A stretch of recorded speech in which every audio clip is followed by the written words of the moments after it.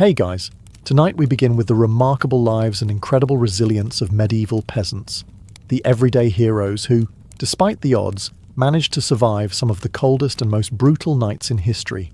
From makeshift insulation tricks to communal sleeping strategies, their story is one of grit, ingenuity, and determination. So before you get comfortable, take a moment to like the video and subscribe, but only if you genuinely enjoy what I do here. And let me know in the comments where you're tuning in from and what time it is for you. It's always fascinating to see who's joining us from around the world.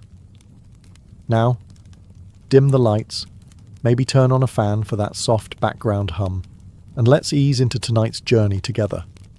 When you think of medieval life, you might imagine jousting knights, grand feasts, and merry fairs. But for the average peasant, winter was less about merriment and more about, how do we not die tonight? It wasn't just a season. It was a test of endurance that came around every year, like an especially cruel teacher who didn't believe in second chances. Picture this. You're living in a tiny mud and stick hut, with walls so thin you could probably hear a bird sneeze from outside. No insulation, no windows, unless you count a small hole stuffed with animal skin. And definitely no thermostat wars with your siblings. The inside temperature of your home was usually just a polite couple of degrees above whatever the weather was doing outside. If it was freezing outdoors, it was politely slightly less freezing inside. Congratulations. Nights were the worst. Darkness swallowed everything. The wind howled like an angry ghost, and the fire in the hearth sputtered pathetically, doing its best but mostly just roasting the toes of whoever was sitting closest. If you were on the other side of the room, sorry, you might as well have been camping outside, with worse snacks. Clothing wasn't much help either. Peasants didn't own fancy fur coats or goose-down blankets. You had a couple of rough-spun wool tunics, maybe a cloak that smelled suspiciously of goat, and a hope that layering them would turn you into some kind of human onion. Spoiler, it didn't really work. And forget about snuggling under soft quilts. Beds were often nothing more than sacks stuffed with hay or straw, maybe with a few old rushes thrown in for good measure. And bonus, some fleas for extra company. Luxury, thy name is medieval peasant life. The cold wasn't just uncomfortable, it was dangerous. Frostbite, hypothermia, and general freezing to death were constant risks, especially for young children and the elderly. Every morning that you woke up still breathing was considered a minor miracle, and honestly, worth celebrating. Maybe with a slightly less frozen turnip for breakfast. So yes, surviving a medieval winter wasn't about comfort. It was about gritting your teeth, piling on every piece of cloth you owned, huddling with your livestock, and praying you didn't wake up with icicles hanging off your eyebrows. And the real adventure? It was just beginning. If you think your apartment is drafty because the window doesn't close properly, medieval peasants would like a word. Their homes weren't just drafty. They were basically very enthusiastic wind tunnels with a roof. Most peasant houses were what historians politely call wattle and daub construction. Translation: sticks crisscrossed like a giant basket, smeared with a charming mixture of mud, straw, and animal dung. Yes, dung. They weren't trying to be gross. Dung was a cheap, sticky insulator. Plus, it was always readily available, shall we say. These walls, no matter how lovingly smeared, didn't stand much chance against a proper winter storm. The cold wind found every crack, every gap, and gleefully danced its way into the one-room homes, swirling around and making sure you never got too comfortable. Privacy? Absolutely not. Warmth? Not really. Character building? Definitely. And then there were the roofs. Thatched roofs looked picturesque, sure, but after a few months of rain and snow, they sagged, leaked, and occasionally let in the local wildlife. Nothing says pleasant evening like a squirrel dropping onto your dinner. Windows, if they existed at all, were laughably tiny and usually covered with thin animal hides or wooden shutters. Glass was so expensive that even the lord of the manor probably couldn't afford more than a single tiny pane. And peasants. They were just happy if the wind didn't rip the cowhide right off the wall mid-blizzard. To make matters worse, floors were often just compacted dirt. When it rained or snowed heavily, mud seeped up through the ground, so technically you could say they had indoor water features. Not that they appreciated it. In winter, every step inside your own home could feel like trudging across a frozen marsh. Cold from below, cold from above, cold from inside. It was a three-dimensional assault on your body heat. But medieval peasants weren't the type to whine. They packed gaps with moss, jammed old rags into the worst drafts, and huddled close to each other. Human insulation at its finest. Creativity, stubbornness, and a bit of sheep grease rubbed into the walls were often the only things standing between them and becoming medieval popsicles. Because if your house was falling apart, and your best protection against the elements involved mud and goat hair, well, at least you could laugh about it.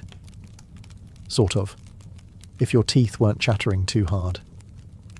As if the freezing air wasn't enough, medieval peasants also had to battle a silent enemy rising from below, the frozen ground itself. Floors weren't really floors back then.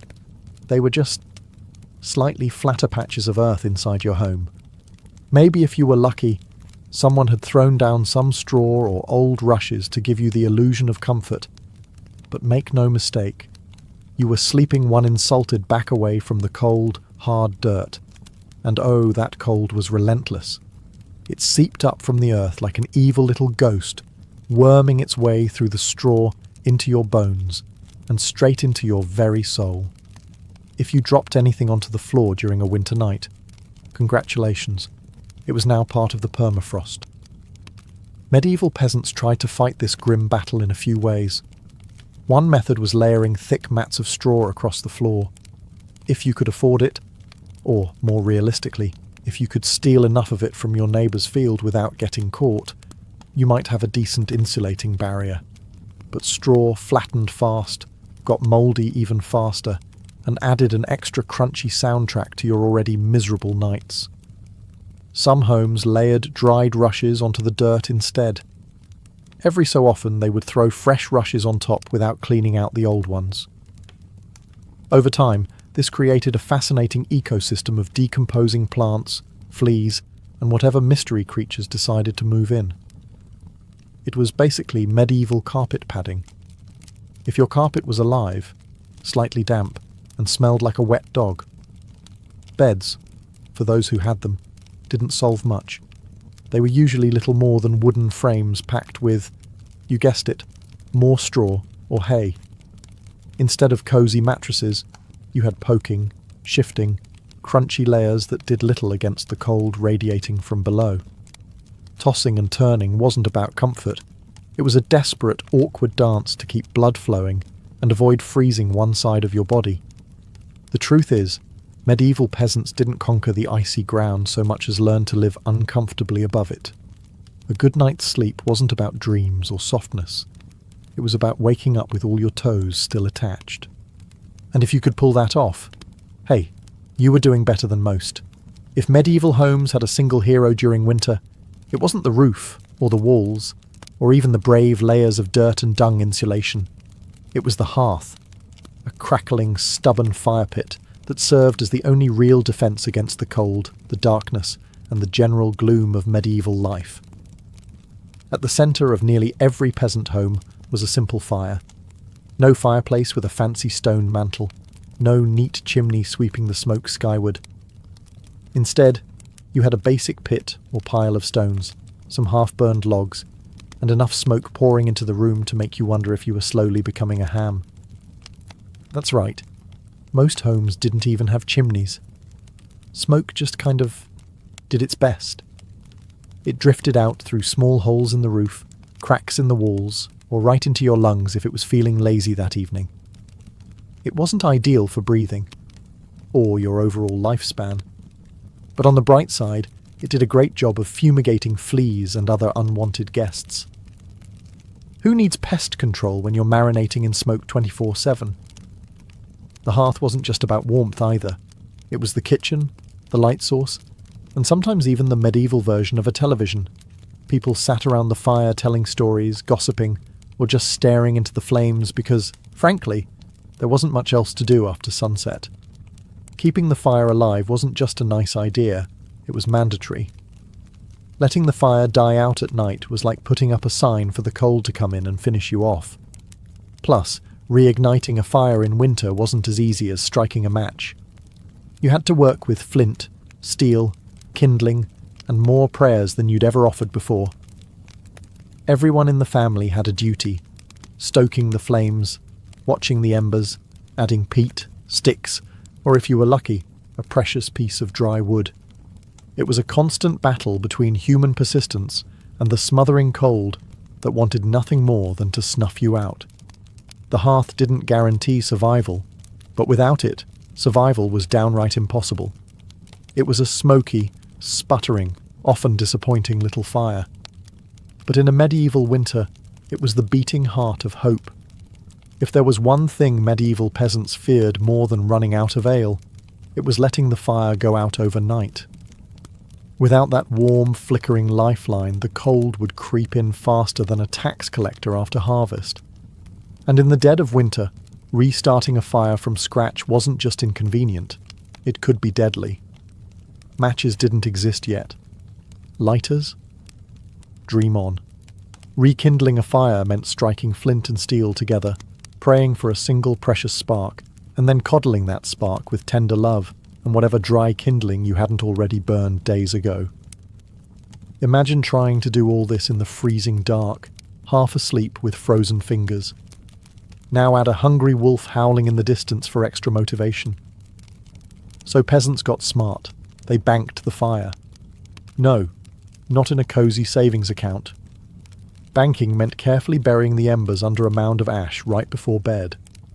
The ash acted like a blanket, insulating the glowing coals and keeping them alive, just barely, until morning. If you did it right, you could stroll over at sunrise, poke the pile a little, add fresh wood, and, voila, fire without the frostbite. But if you did it wrong? Well, let's just say mornings got a whole lot colder, and a whole lot grumpier. Fire banking was an art, passed down from parent to child like a prized family recipe. Everyone had their own little secrets. Some said use dry ash only, others insisted a bit of dampness was key.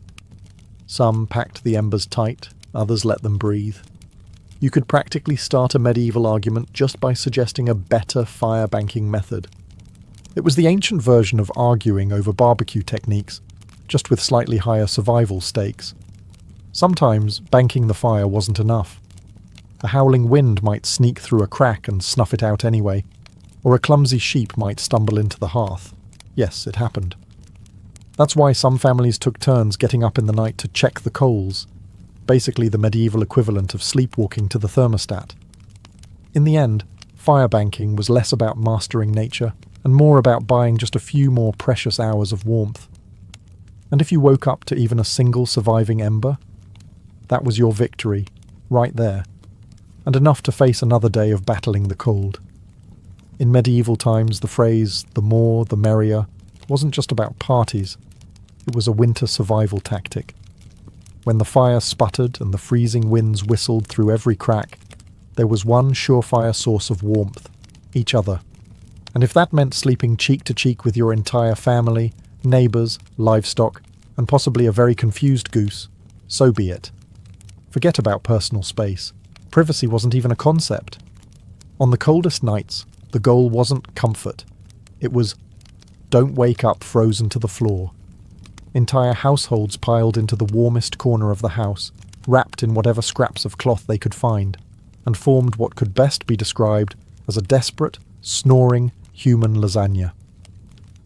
Younger kids squeezed in between parents, grandparents snuggled under the outer layers, and if Cousin Ethel showed up unexpectedly, well, there was always room for one more. If you were lucky, you got to sleep in the middle, where body heat radiated from all sides. If you were unlucky, you were on the edge, the medieval equivalent of sleeping next to the door of a meat locker.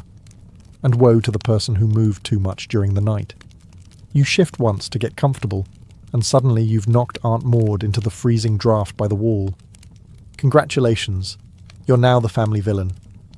Sometimes even bedding was shared. A communal straw mattress that slowly flattened under the nightly weight of multiple generations. And because hygiene wasn't exactly winning any awards back then, let's just say it wasn't the most fragrant sleeping arrangement. But hey, when it's you versus frostbite, you stop being picky. Body heat wasn't just nice, it was strategic. Some medieval guides even recommended deliberately arranging the strongest, warmest people on the outside of the group, like human shields against the cold. Babies and frail elders were tucked deep in the centre, treated like the precious little heat generators they were. This wasn't just about survival, though. Over time, it became part of daily life, part of family bonding. Long winter nights huddled together led to storytelling, singing, and undoubtedly some very interesting conversations muffled under a shared wool blanket. So next time your sibling steals your blanket or your dog hogs the bed, just remember, at least you're not fighting for elbow space between a snoring uncle and a particularly judgmental goat. If you thought modern roommates were a challenge, medieval peasants would like to introduce you to their winter housemates: cows, goats, pigs, chickens, basically anything with a pulse and a little bit of body heat. Bringing animals indoors wasn't just a quirky village tradition, it was vital for survival. Livestock generated warmth, and in a poorly insulated hovel where the wind howled louder than your stomach, every little degree mattered. Plus, if your goat shared a wall with you, it was slightly less likely to get stolen by a neighbour in the dead of night. 2 birds, 1 stinky stone. At night, the house became a chaotic living furnace. Chickens nested in corners, pigs snorted near the hearth, and cows lounged luxuriously against the walls, chewing cud like they paid rent. It wasn't glamorous, far from it. If you've ever been stuck in a car on a summer road trip with someone who forgot to shower, imagine that. But it's a cow, it's winter, and there's literally nowhere else to go. The smells? Legendary. By springtime, the perfume of a shared winter was something fierce. You didn't need to light a candle. Your nostrils were already on a wild ride. But medieval peasants developed a selective nose. They didn't complain much because they knew one uncomfortable truth. The more animals inside, the fewer frozen toes in the morning. Certain animals even had prime spots. Cows, being the biggest and warmest, usually took centre stage near the family. Goats were allowed closer in for their warmth, and because goats, being goats, would find a way inside anyway. Chickens roosted in rafters or old baskets, and pigs, well, pigs didn't care. They plopped down wherever they pleased, probably right in the middle of the floor. Of course, sharing your bedroom with livestock wasn't without hazards. Imagine drifting off peacefully, only to be rudely awakened by a chicken deciding your hair makes a good perch, or stepping barefoot into something suspicious. First thing in the morning. Yes, medieval mornings could be full of surprises. Still, despite the noise, the smells, and the occasional hoof to the ribs, peasants understood the simple math. Cold kills, and cows cuddle, whether they want to or not. In the battle against winter's icy fingers, a warm, slightly slobbery cow breath was often the deciding factor between life and death. In medieval winters, fashion wasn't about looking good, it was about not dying.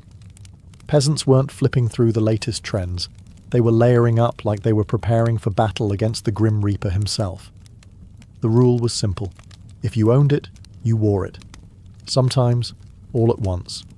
First, the basic undertunic, a scratchy, probably not too clean linen shirt. Over that, a thicker woolen tunic, then another, if you had it. Add some leggings that sagged at the knees, a rough cloak draped over your shoulders, and, if you were really lucky, a patched-up sheepskin thrown on top like a prize trophy. Congratulations, you are now approximately 10% warmer and 90% itchier. Boots were a luxury. Many peasants wrapped their feet in layers of cloth or old rags and stuffed them into wooden clogs. If the cold still bit through, well, you just added another rag and hoped you didn't lose a toe. And forget about washing all these layers. Washing your clothes in the middle of winter meant dragging them to a frozen stream, smashing through the ice, and then waiting 2 days for your only shirt to dry, if it didn't just freeze into a tragic shirt cycle. Most peasants wisely decided that smelling like a mix of smoke, sweat, and sheep was a small price to pay for not freezing solid. Interestingly, the dirt and grease buildup had a bonus feature: insulation. That grimy layer locked in body heat. It was like a medieval Gore-Tex jacket, just smellier and far less socially acceptable today. Hats, scarves, and gloves were prized treasures. A simple woolen cap could mean the difference between making it through the night or waking up with hair frozen to the wall. Gloves were often homemade from whatever scraps of leather or fabric people could scrounge, sometimes looking more like sad puppet costumes than anything fashionable. Children were especially swaddled until they resembled overstuffed turnips, waddling awkwardly around the house. The goal was to trap as much precious body heat as possible. Style? Elegance? Never heard of them. Warmth was the real medieval flex.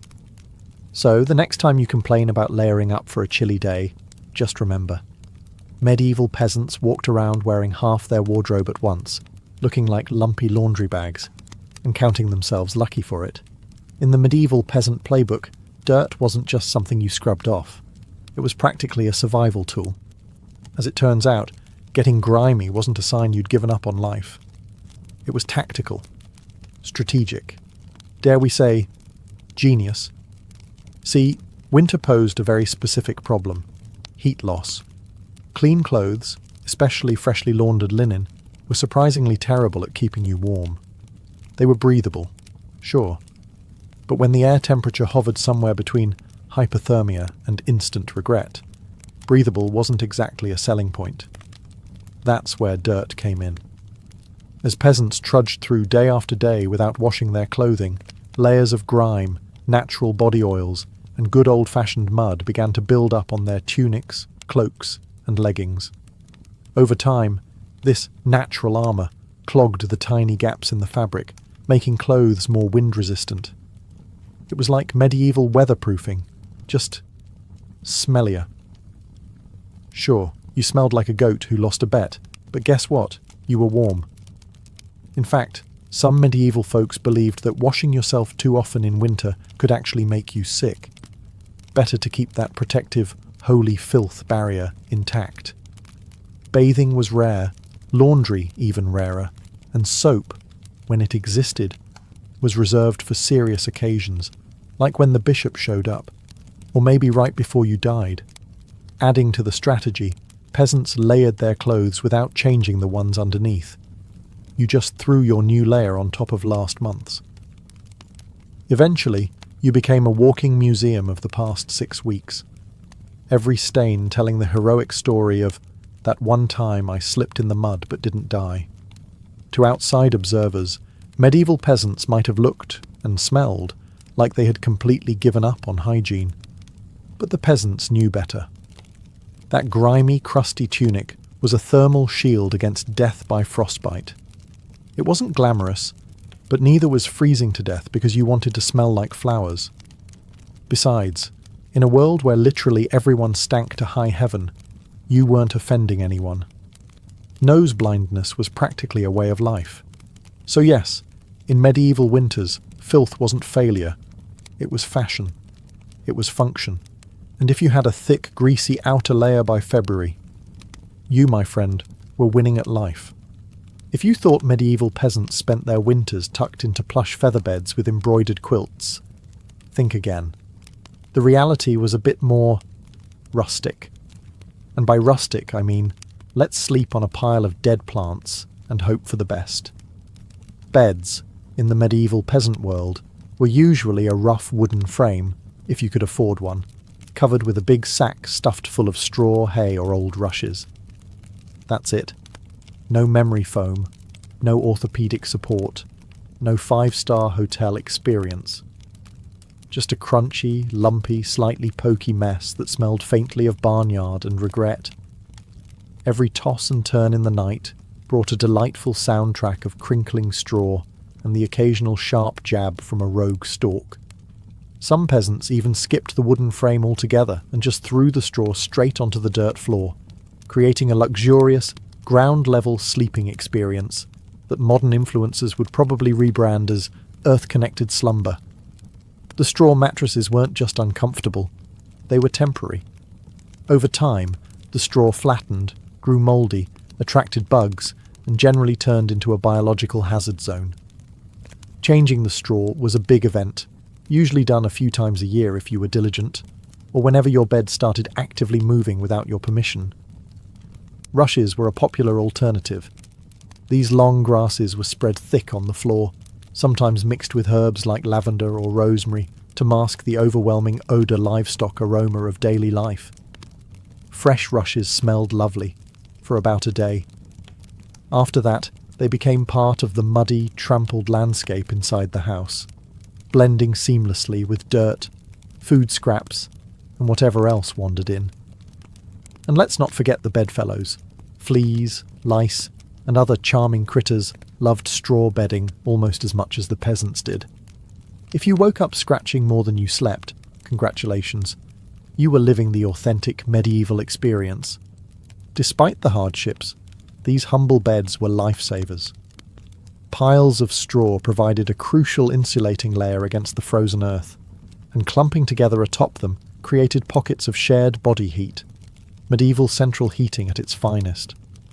So, next time you sink into your soft, supportive mattress, just remember, somewhere out there, a medieval peasant is looking down at you from history, grinning through a mouthful of missing teeth and saying, "Must be nice." When you live in a house made of sticks, mud, and optimism, you quickly learn that winter breezes aren't just a nuisance, they're personal attacks. Medieval peasants didn't just fight the cold from the outside, they fought it from inside their own homes, armed with nothing but whatever they could cram into the cracks. And trust me, there were a lot of cracks. Walls warped, mud crumbled, thatch sagged. The cold seemed to find new places to sneak in every night, like a mischievous poltergeist with a grudge. Sealing up the house became an art form. Peasants stuffed gaps with moss, straw, scraps of old cloth, bundles of dry grass, and sometimes even animal hair. If it was soft, squishy, or vaguely insulating, it was jammed into a hole somewhere. Some particularly determined souls daubed extra layers of mud and dung over the outside of their walls as an annual winter project. Imagine standing there in freezing weather, slapping cold manure onto your own house while muttering, "This is fine, this is luxury." Because in a way, it was. Roof leaks were another battlefield. Thatch, while cheap and plentiful, wasn't exactly waterproof, especially after a few seasons of rain and snow. Peasants would plug holes in the roof with spare bits of cloth, bundles of reeds, or, in moments of true desperation, chunks of turf stolen from the nearest field. Every home eventually started to look like a slightly sad patchwork quilt made by someone who gave up halfway through. Doors? Windows? If you had them, you were lucky.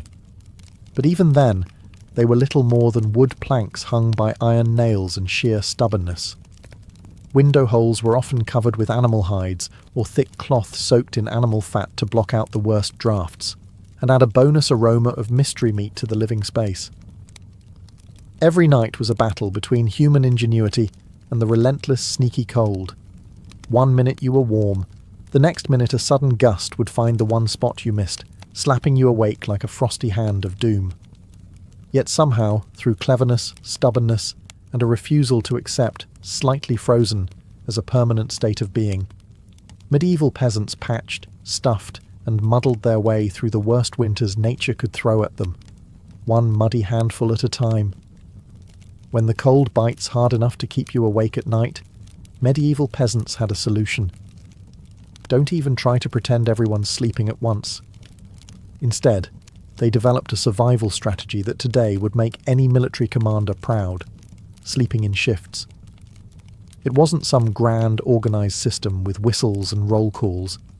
It was far simpler and much more desperate. Half the household stayed awake, tending to the fire and patching up stray drafts, while the other half curled up under threadbare blankets and hay, trying to catch a few precious hours of half-frozen sleep. The fire needed constant attention. Left alone, it would die down, and restarting it, remember, was about as easy as getting a stubborn donkey to dance.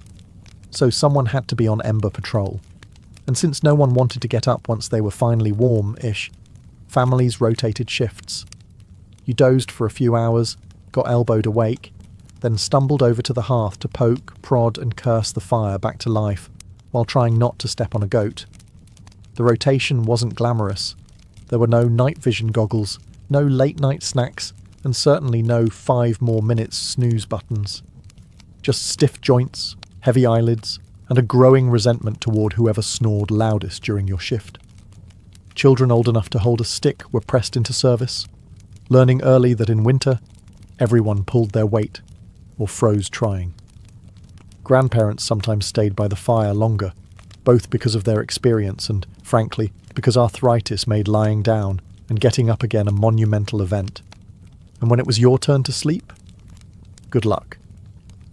With people moving about, animals rustling, wind battering the walls, and the occasional sharp nudge from a sibling who, accidentally, rolled over too hard, getting quality rest was a miracle. Yet despite the exhaustion, the system worked. Sleeping in shifts meant that there was always a set of eyes, and cold, begrudging hands, ready to keep the hearth alive. The embers survived, and by extension, so did the family. So next time you grumble about waking up to adjust the thermostat or let the cat out, spare a thought for the medieval peasant, squinting into a smoking fire at 3 a.m, wondering if toes were really that important after all. You know it's cold when you have to think about how you breathe just to stay alive. Medieval peasants didn't just battle the freezing air with cloaks, fires, and creative sleeping arrangements. They even adjusted the way they inhaled and exhaled to survive the night. The problem was simple. Deep, open-mouthed breathing pulled icy air straight into your lungs. In a world where pneumonia could kill you faster than you could say, "Hail Mary," that was a risk nobody wanted to take. So peasants learned the art of what you might call survival breathing. Instead of sucking in huge gulps of air like they'd just run a marathon, they kept their breathing shallow, slow, and, most importantly, through the nose. The idea was to gently warm the incoming air a bit before it hit their lungs. It wasn't perfect, but it was better than coughing yourself into the grave by February. If you accidentally took a big mouthful of cold air, congratulations. You just bought yourself a ticket to a week of hacking up bits of what felt like your soul, with no doctors in sight, and grandma treating you with hot onion tea and firm prayers. Some people even tucked parts of their cloaks, shawls, or rags up over their faces while they slept, creating a makeshift, breath-warmer barrier. Of course, this also meant you ended up with a damp, slightly soggy fabric patch clinging to your mouth by morning, but hey, it beat freezing from the inside out. Children were taught these tricks early on. Parents would scold little ones for panting like dogs, indoors during the cold months. And honestly, between strict breathing lessons, itchy wool layers, and sleeping next to an aggressively gassy goat, medieval childhood winters were character building on a whole different level. At night, tucked into straw bedding under piles of cloaks, and next to a gently steaming cow, breathing became an art form. Slow, steady, nose only, and as minimal as humanly possible, like some grim medieval version of a yoga retreat, only with more frostbite and fewer inspirational quotes. In the grand survival playbook, it wasn't the flashiest strategy, but it worked. One shallow breath at a time, peasants endured another night in the long, relentless war against winter. In the endless battle against medieval winter, peasants discovered an unlikely secret weapon: a full stomach. Turns out, one of the best ways to fight off the cold wasn't another scratchy wool cloak. It was stuffing yourself with something hearty and heavy right before bed. Calories meant warmth.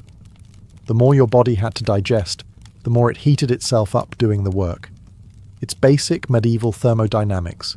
Eat a heavy meal, generate internal heat, and maybe, just maybe, survive until morning without turning into a peasant-shaped popsicle. So what did medieval peasants pile onto their plates before a long, freezing night? Think thick stews, heavy with root vegetables like turnips, onions and parsnips. Grains were lifesavers too. Oat porridge, barley gruel, or dense, chewy rye bread. If you were especially lucky, say, after a festival day or a generous slaughter, you might even get a hunk of salted pork or a slice of dried sausage thrown into the pot. This wasn't comfort food in the Instagram sense. No delicate presentation, no artisanal garnishes. It was one enormous, vaguely brown meal, designed to sit in your gut like a friendly brick, slowly burning through the night and keeping you just a little bit warmer. It wasn't just about eating a lot, it was about eating smart. Foods that took longer to digest provided a slow, steady trickle of warmth. Fatty foods were particularly prized, not just for the energy they provided, but because fat burns slower than lean meat. A belly full of stew, bread, and a questionable amount of lard. Peak medieval winter luxury. Parents made sure even the pickiest children ate heartily. Nobody cared if little Thomas didn't like turnips. You ate the turnips, or you shivered through the night thinking about how much you missed the turnips. Harsh but effective parenting. Medieval style. Of course, heavy nighttime eating came with its own hazards. You might be warmer, but you were also risking a night of vivid, bizarre dreams, fueled by a stomach trying desperately to process an entire field's worth of cabbages. Was it worth it? Absolutely. Because in the end, peasants weren't aiming for a Michelin star meal, they were aiming to survive. And if that meant going to bed full, bloated and breathing gently through your nose next to a steaming cow, well, that was just another night in the ongoing quest to see another frosty sunrise. Long before electric blankets and fancy heated mattress pads, medieval peasants had to get creative if they wanted a little extra warmth at bedtime. And that's how the humble haybox and the ever-glamorous heated stone became winter's unsung heroes. Let's start with the haybox. It sounds rustic, and it absolutely was, but the idea was pure genius. Peasants would take a sturdy wooden box, line it thickly with hay, and use it to store food that had been cooked earlier, keeping it warm for hours. Leftover stew, hot porridge, toss it into the haybox, cover it up, and it stayed hot enough for a late-night snack without needing to risk reigniting the fire. Medieval slow cookers, basically. But peasants didn't just stop at food. They realised if hay could trap the heat from a stew pot, it could also trap the heat from something even better. Rocks. Enter the era of the heated stone. Before heading to bed, someone, probably whichever unlucky child lost the family argument, would grab a flat stone and chuck it into the heart of the hearth fire. After roasting it until it was nearly too hot to touch, a fine line between helpful and third-degree burn, they'd fish it out using a stick or some old tongs. The stone, still radiating blissful warmth, would be carefully wrapped in rags, tucked into an old piece of cloth, or jammed into a clay pot, then slipped under the hay in the mattress or down at the foot of the bed.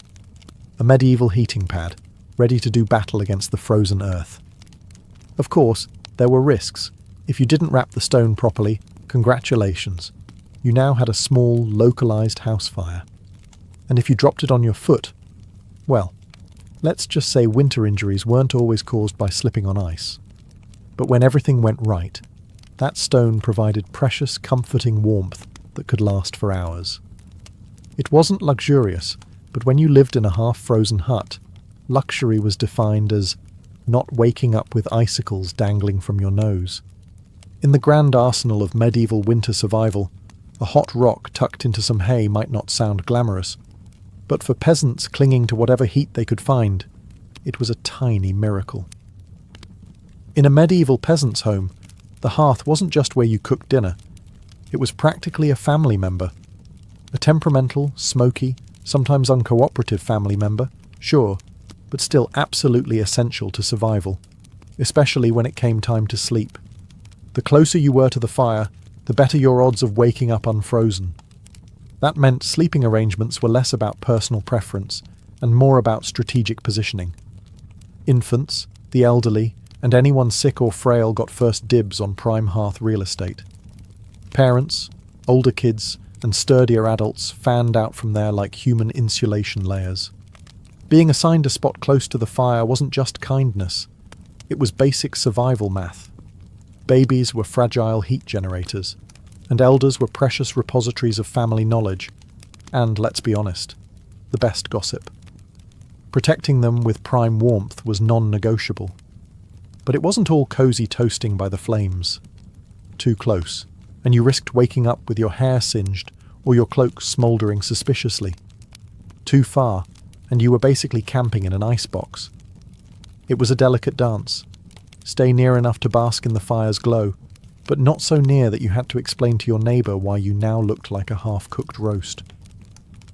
The fire also didn't spread warmth evenly. It mostly roasted the people directly in front of it, while everyone else fought over the narrow cone of heat like cold lizards jostling for a sunbeam. If you were lucky enough to fall asleep facing the fire, you might have one blissfully warm side, and one side frozen so solid you could probably knock on it. Pets and livestock, of course, muscled in too. A dog might wedge itself between you and the fire, tail wagging dangerously close to open flame. Chickens sometimes perched perilously on hearthstones, clucking softly into the night like tiny feathery guardians of warmth. Every crackle of the logs, every shift of glowing embers was a tiny promise. You're still alive, you're still warm, for now. And so peasants drifted into uneasy sleep, lulled by the fire's pops and hisses, each breath forming small clouds in the frigid air beyond the fire's fragile circle. It wasn't perfect, it wasn't comfortable, but it was life, clinging to warmth by a thread of glowing coals. In the medieval world, no one survived winter alone, unless they wanted to become a very stylish frozen statue by January. Survival wasn't just a family affair. It was a village project, a messy, muddy, loud collaboration where everyone's warmth and life depended on everyone else. The peasants knew that in the dead of winter, a strong fire and a pile of hay could only do so much. If your neighbour's house went dark, you noticed. If the smoke from old Tom's hearth suddenly stopped curling into the sky, someone went to check.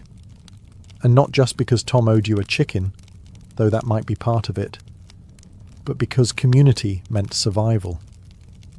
Villages had unofficial winter watchers, often the young or the elderly, who couldn't work the fields, but could keep an eye on who was coughing too hard, who hadn't come to barter at the market in a few days, or whose home looked a little too still in the morning frost.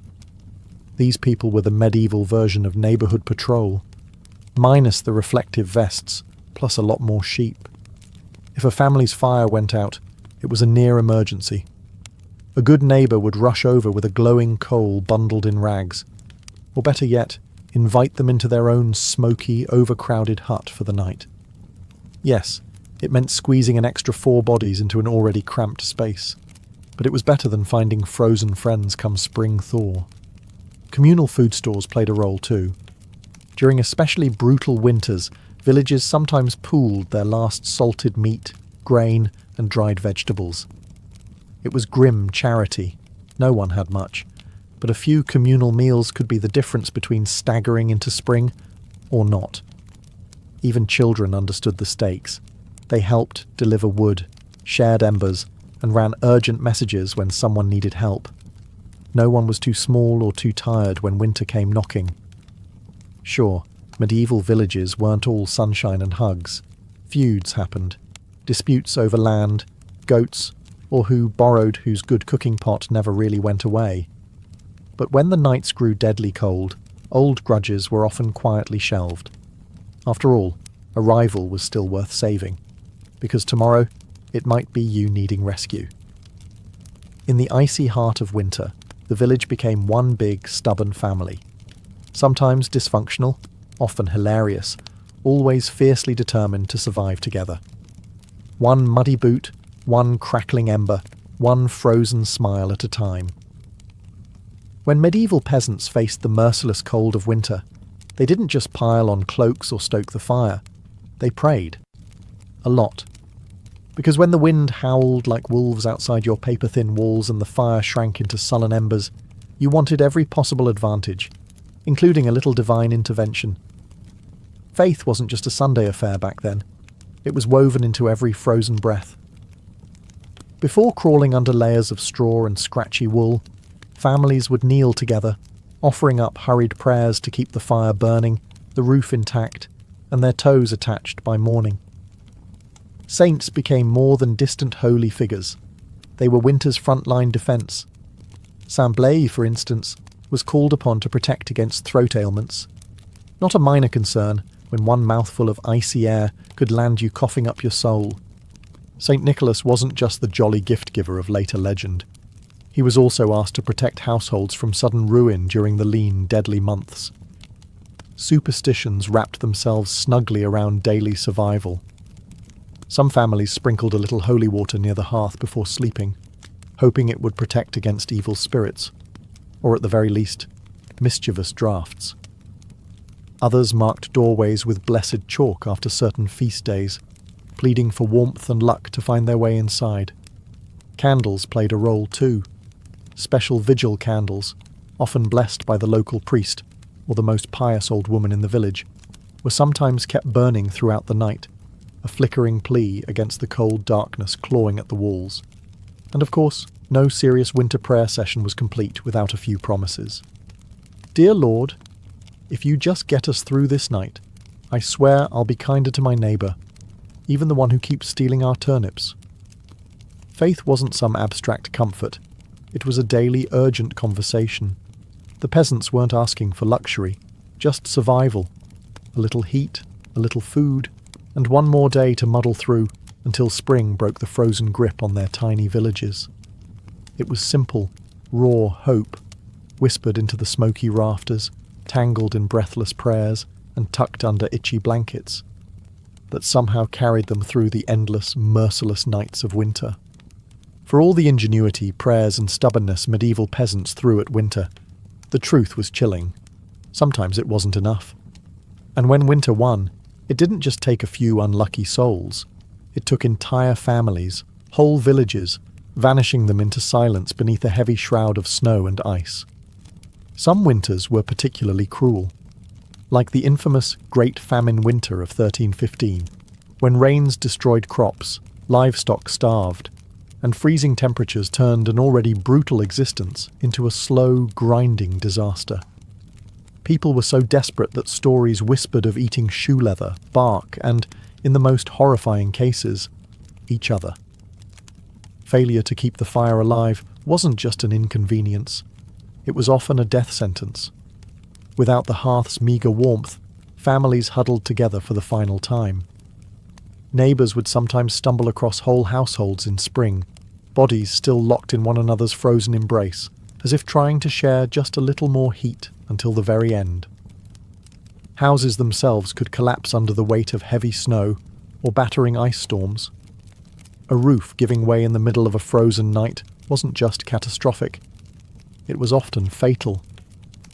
Dragging yourself through thigh-deep snow to beg shelter from neighbours wasn't a guarantee either, especially if those neighbours were already stretched to the breaking point. Disease loved the cold too. Starvation weakened the body, and cramped, smoky homes turned into breeding grounds for pneumonia, bronchitis, and other deadly infections.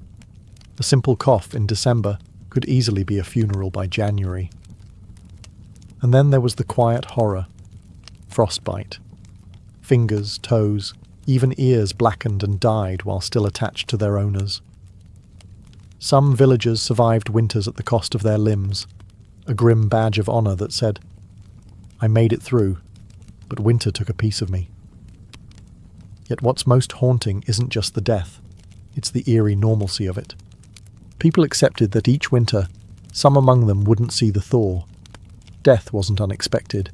It was just another neighbour at the door, wrapped in frost, waiting its turn. Even amid the bitter cold and constant threat, medieval peasants pressed on, stubborn, grieving, clinging to life. Because as long as there was one ember left in the hearth, one breath hanging in the frozen air, there was still a fight worth fighting. When we look back at medieval peasants, those muddy, frost-bitten survivors of endless winters. It's tempting to see only their hardships, the cracked hands, the frozen toes, the smoke-choked huts. But buried beneath all that struggle is something far more powerful, a legacy of raw, stubborn ingenuity and unbreakable endurance. They didn't have central heating, thermal jackets, or cozy memory foam mattresses. They didn't even have the luxury of assuming they'd survive until spring. But what they did have, and what they left behind, was the blueprint for resilience. Every hay-stuffed mattress, every hand-banked fire, every moss-crammed wall gap was a testament to human creativity under pressure. Faced with impossible odds, they didn't collapse in despair. They adapted. They learned from the land, from each other, and from the bitter lessons carved by each brutal winter. Their communities were built on more than shared land. They were built on shared survival. They taught each other to watch over the sick, to pool resources when food ran low, to trust that helping a freezing neighbour today meant someone might help you tomorrow. They lived by the understanding that no one beats winter alone. Their faith, too, was a kind of endurance. They wove prayers into their daily lives, not just out of fear, but out of hope. Fragile, stubborn hope that tomorrow might be a little warmer, a little brighter. Hope that after 100 dark nights, spring would come again, and life would find a way to push through the frozen ground. And somehow, it did. Because of their sacrifices, because of their unglamorous victories, surviving one more night, one more storm, future generations thrived.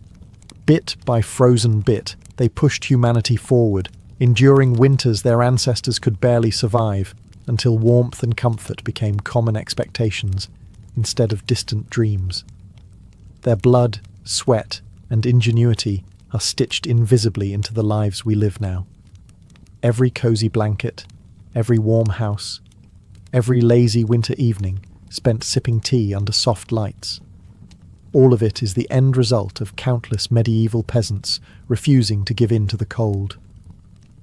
So the next time the wind howls outside your double-paned window, maybe spare a thought for them. The nameless, fearless ones who turned shivering survival into a living legacy. One ember, one breath, one stubborn heartbeat at a time. Anne Boleyn didn't come into the world with a crown on her head or armies at her feet. Born around 1501, likely at Blickling Hall or Hever Castle, she was the daughter of Thomas Boleyn, an ambitious diplomat, and Elizabeth Howard, a noblewoman with powerful family ties.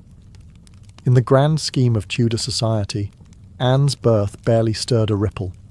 Yet from these modest beginnings, something extraordinary was taking root, a life that would one day tilt the course of English history. From an early age, Anne was set apart not by her wealth, but by her mind. She was clever, spirited, and, by all accounts, magnetic. Recognizing her potential, her family sent her abroad to the continent, where her education truly began. First, she served Margaret of Austria in the glittering court of the Netherlands, an experience few English girls could dream of. There, Anne absorbed the art of diplomacy, refined manners, and the subtle dance of European politics. But it was in France that Anne's brilliance was truly polished. She spent years in the sophisticated courts of Queen Claude and Queen Marguerite of Navarre, learning the language of influence, elegance, flirtation, wit. While other young women perfected their embroidery, Anne mastered conversation, intrigue, and the art of commanding attention without ever seeming to seek it. By the time she returned to England in the early 1520s, Anne was something rare, a woman who could rival the sophistication of continental courtiers while carrying the ambition of a rising English house. She wasn't a classic beauty, even her admirers admitted as much, but she was arresting. Dark eyes that sparked with intelligence, a quick, musical voice, a way of moving that suggested purpose just barely concealed beneath layers of courtly grace. Anne didn't just enter rooms, she changed their gravity. At a time when a woman's fate was often sealed by birth and marriage, Anne refused to drift quietly into obscurity. She had seen the power that charm and intellect could wield in foreign courts, and she intended to use that knowledge at home. Anne Boleyn was still a young woman then, clever, ambitious, untested. But history was already beginning to stir around her. The girl who returned to England was no longer just Thomas Boleyn's daughter. She was a player in a larger game, one that would soon engulf the crown itself. When Anne Boleyn returned to the English court, she was unlike anyone the nobility had ever seen. In a world full of pale-faced, modest English roses, Anne was a thunderstorm, electric, unpredictable, impossible to ignore.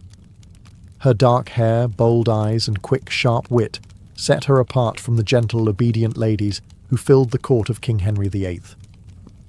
At first, she played the role expected of her, a maid of honour to Queen Catherine of Aragon. But even in the Queen's shadow, Anne's presence flickered like a candle too bright to snuff out. She danced gracefully, spoke French with the ease of a native, and laughed with a confidence few women dared display. Men noticed. Women gossiped. The court buzzed quietly about the striking Boleyn girl. It wasn't long before she caught the most dangerous attention of all, the king himself. Henry VIII was no stranger to flirtation. His court was a playground of whispered promises and secret liaisons. But Anne was different. She didn't swoon at his compliments or fall eagerly into his arms like so many others had. She teased. She challenged. She refused. Henry, a man used to instant adoration, was captivated. The more Anne held him at arm's length, the deeper he fell. Letters passed between them, filled with declarations of love, frustration, longing. Henry offered her the role of royal mistress, the most powerful unofficial position at court. Anne, astonishingly, said no. She would not be just another conquest, a forgotten mistress lost to time. If Henry wanted her, he would have to make her his wife. It was a gamble so audacious that it stunned the court. After all, the king was already married. His queen, Catherine, was beloved by the people and fiercely protected by her nephew, the Holy Roman Emperor. The church itself would have to be defied for Henry to claim Anne. But Anne didn't flinch. She had lived in the courts of Europe, where queens wielded soft power from behind lace fans and painted smiles. She knew ambition was a dangerous game, but it was a game she intended to win. Standing in the candlelit halls of the English court, Anne Boleyn made her choice, not to be merely admired, but to change her destiny, and England's, forever. What began as an intense flirtation between King Henry VIII and Anne Boleyn soon spiraled into a national crisis. Henry wasn't merely besotted, he was obsessed. And in his obsession, he was willing to tear apart everything England had known for centuries. The king's desire to marry Anne hit a small snag, namely, he was already married to Queen Catherine of Aragon. Catherine, dignified and resilient, refused to quietly step aside. She had been Henry's faithful wife for 2 decades, and in the eyes of God and the English people, she was the rightful queen. Divorce wasn't just scandalous, it was almost unthinkable. But Henry was determined. He convinced himself, and tried to convince everyone else, that his marriage to Catherine was cursed because she had once been married to his brother, Arthur. Never mind that the Pope had granted special permission for their union years ago. Henry now insisted that his soul was damned unless he annulled the marriage. Anne, for her part, knew better than to appear too eager. She kept herself just out of reach, alternately encouraging Henry's hopes and maintaining her distance. Every glance, every word was measured. She wasn't merely aiming for marriage. She was positioning herself to become Queen of England. The court erupted into whispers and factions. Some noble families eagerly courted Anne's favour, seeing the winds of power shifting. Others clung fiercely to Queen Catherine, horrified at the idea of Anne replacing her. Diplomats wrote desperate letters back to Rome. Foreign monarchs threatened retaliation. Henry's own advisers shifted uneasily, sensing the ground trembling beneath their feet. As months turned into years, Henry's frustration grew. He bombarded the Pope with petitions, manoeuvred his lawyers into finding loopholes, and slowly began to realise that the church would not bend easily. Catherine had powerful allies, including her nephew, Emperor Charles V, the most powerful man in Europe. Still, Henry pressed on, defying advice, tradition, and increasingly, the law itself. His courtship with Anne had become something far greater than personal desire. It was now a challenge to the very structure of England's political and religious life. Anne wasn't just capturing a king's heart. She was dragging an entire kingdom into uncharted waters. A dangerous game had begun, and there could be no turning back. After nearly 7 agonising years of manoeuvring, scandal and diplomatic chaos, Anne Boleyn's gamble paid off. In January 1533, she secretly married Henry VIII, a bold move, given that he was still, technically, married to Catherine of Aragon in the eyes of the Pope and much of Europe. By June, Anne was crowned Queen of England in a lavish ceremony at Westminster Abbey. It should have been the crowning moment of her life, but the atmosphere was far from universally joyful. The people of London watched with wary eyes. Some cheered, others muttered prayers for Queen Catherine. Many wondered if this new queen, with her French manners and daring spirit, was a blessing or a curse. Anne entered her queenship not as a beloved figure, but as a storm. Unlike Catherine, who embodied traditional English values of humility and piety, Anne was dazzling, provocative, and politically savvy. She wore bold colours, commanded the court with sharp intelligence, and made powerful enemies with breathtaking speed. Her position, while seemingly secure, was also terrifyingly precarious. Everything rested on one thing: providing Henry with a male heir. Anne knew this as keenly as anyone. She was not merely Henry's lover anymore, she was the hope of a dynasty. Early in her pregnancy, Anne and Henry were elated, certain the child would be a boy. But in September 1533, Anne gave birth to a daughter, Elizabeth. To Anne's credit, she masked her crushing disappointment with grace, insisting the next child would surely be a son. Henry, however, was less composed. His eyes, once full of adoration, now flickered with doubt. Still, for a time, Anne's star burned brightly. She reshaped the English court in her image, elevating her family to unprecedented heights and becoming the first queen in English history crowned with the sacred oil usually reserved for kings. Her influence was vast. Foreign ambassadors sought her favour. Courtiers reshuffled alliances to be in her good graces. The once obedient Henry began moving England officially away from Rome, creating the Church of England with himself at its head, all so that Anne's crown could not be questioned. Yet even in her triumph, dark clouds gathered. Friends whispered behind their hands. Rivals circled, waiting. And Henry, fickle and restless, was already beginning to look beyond the brilliant woman who had rewritten the kingdom for him. Anne had won the throne, but keeping it would demand more than charm, ambition, or even love. Anne Boleyn had climbed higher than almost any woman of her time. But the higher you rise, the harder the fall. Almost from the moment she placed the crown on her head, the cracks in her world began to show. At the heart of Anne's struggles was the pressure to produce a male heir. Her first child, Elizabeth, though bright and healthy, was not the son Henry VIII had hung his dynastic hopes upon, and the clock was ticking. Anne suffered multiple pregnancies in quick succession, but heartbreak followed, miscarriages that left her physically weakened and emotionally battered. Each lost child chipped away at the foundation she had built.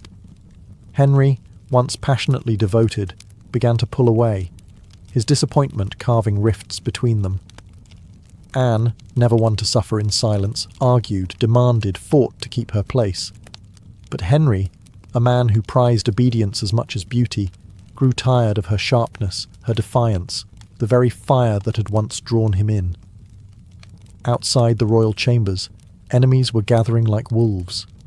Many nobles who had tolerated Anne's rise with gritted teeth now openly schemed for her downfall.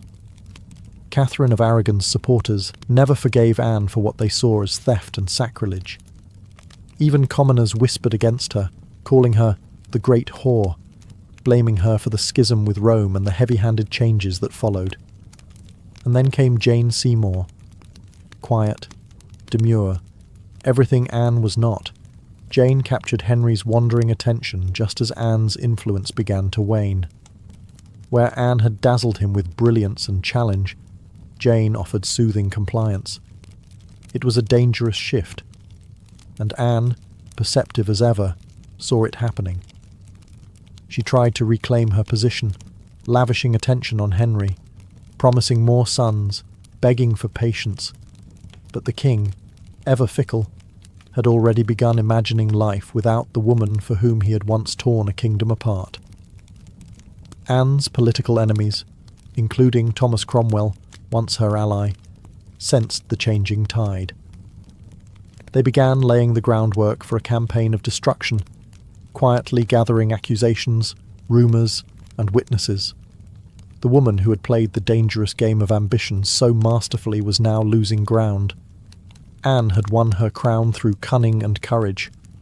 But in the brutal, shifting world of Henry's court, past victories meant little.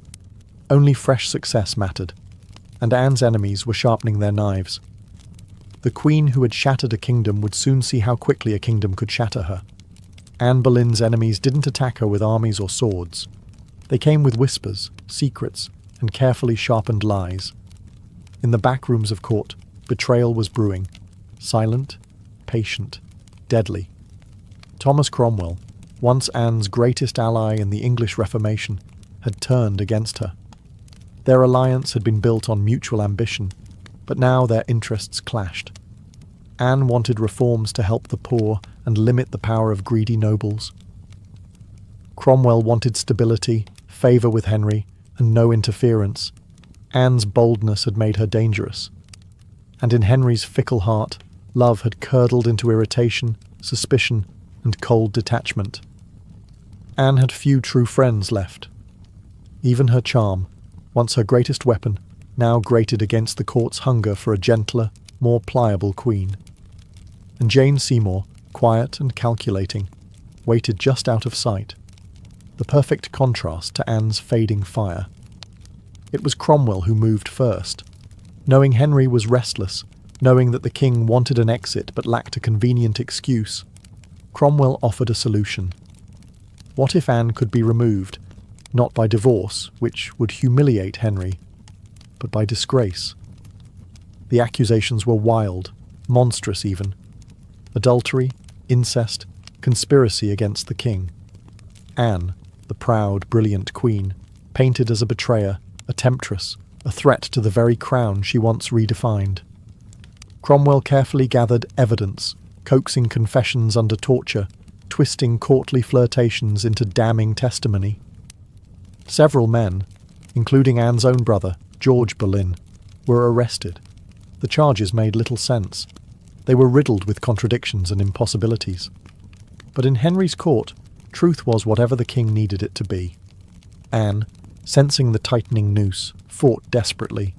She appealed to Henry's memory, to the love they had once shared. But it was no use. The man who had once torn England apart for her now refused to meet her eyes. In May 1536, Anne was arrested and taken to the Tower of London. As the great gates slammed shut behind her, she knew the truth. She was no longer a queen. She was a prisoner, a pawn trapped in the brutal game she had once played so masterfully. Betrayal had sealed her fate. And now, alone in the tower, Anne Boleyn waited for the final move. Anne Boleyn stood in the great hall of the Tower of London, facing a tribunal of nobles, many of whom owed their very titles and fortunes to her rise. Now, they sat in judgment, cold and watchful, prepared to erase the woman who had once changed the destiny of England. The charges against her were shocking. Adultery with multiple men, including her own brother, George Boleyn. High treason. Conspiracy against the king. In another world, such accusations against a queen would have been unthinkable. But here, now, they were simply theatre. A grim performance designed to give Henry VIII exactly what he wanted. Anne's downfall wrapped in a thin veil of legality. Anne defended herself with the same fire that had once won Henry's heart. She denied every accusation with intelligence, precision, and an unwavering composure that astonished even her enemies. She reminded them that she had been crowned with sacred oil, chosen by God, and anointed as Queen of England. She reminded them of her loyalty, her sacrifices, her love. But it was all for nothing.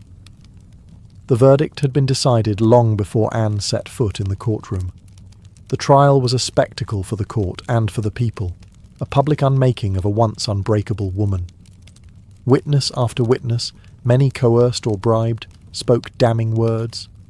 Dates and places contradicted each other. Evidence was flimsy when it existed at all. But the truth was irrelevant now. Anne was found guilty. Her brother George and the other men accused with her were sentenced to death as well. Anne would be executed by beheading, a merciful sentence compared to the usual traitor's death of hanging, drawing, and quartering. When the verdict was read, Anne did not break. She stood tall, her face pale but her spirit fiercely intact. In those final moments before being led back to her cell, she spoke clearly, declaring that she was prepared to die, and prayed that God would have mercy on her soul. As the heavy doors of the hall closed behind her, the court exhaled in relief. The storm Anne had been, brilliant, dangerous, unforgettable, was nearly over. But even then, they did not understand. They were not erasing Anne Boleyn.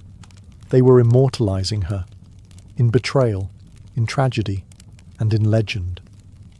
After her trial, Anne Boleyn was returned to the Tower of London, not as the triumphant queen who had once commanded England, but as a condemned prisoner awaiting death.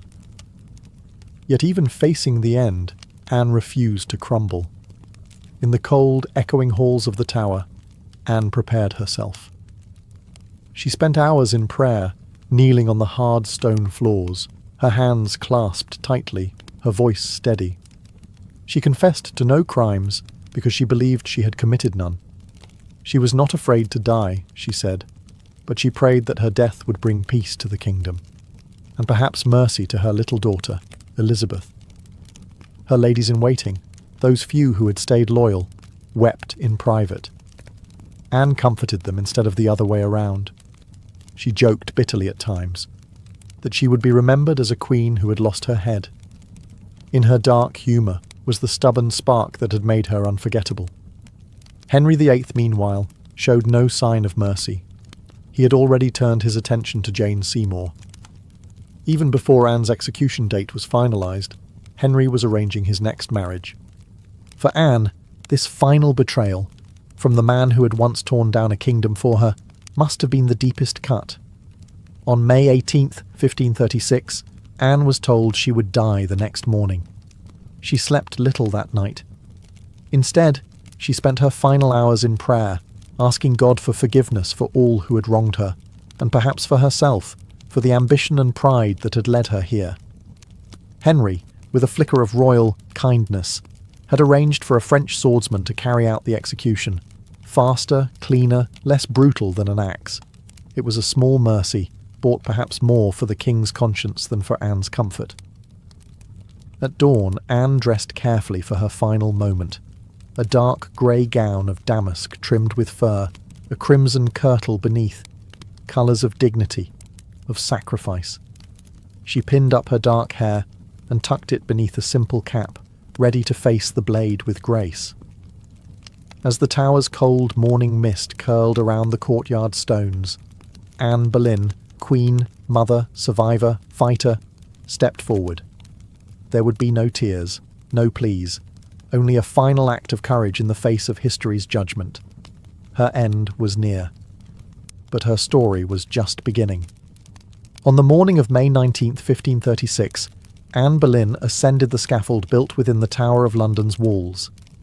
A small crowd gathered, courtiers, guards, a few witnesses, all wrapped in silence, as if even the stone walls held their breath.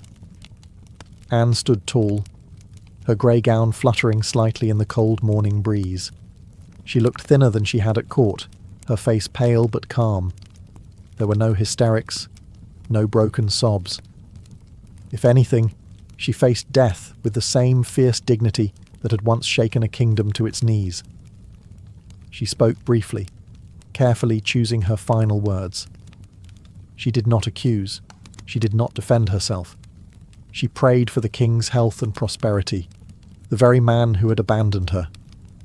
In those final moments, Anne offered the world not a confession, but forgiveness. Her courage stunned even those who had come to see her fall. The French executioner, brought specially to ensure a swift death, stepped forward. Anne knelt upright, her hands folded in prayer, her eyes lifted toward the heavens. A small white cloth was tied around her eyes. She remained still. The sword flashed once, silent, swift, and Anne Boleyn, queen, mother, history maker, was no more. She was buried quickly in an unmarked grave within the Tower grounds, laid to rest in an arrow chest because no proper coffin had been prepared for her.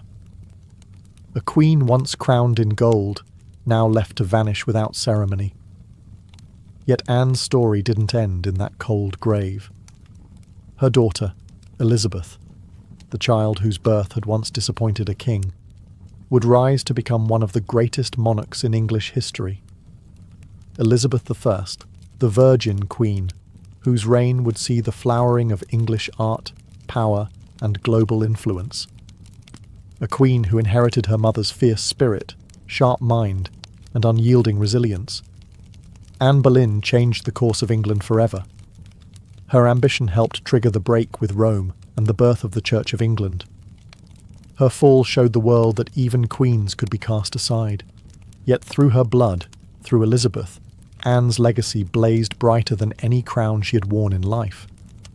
In the end, Anne Boleyn won a kind of immortality, not through her survival, but through her indelible impact on history. By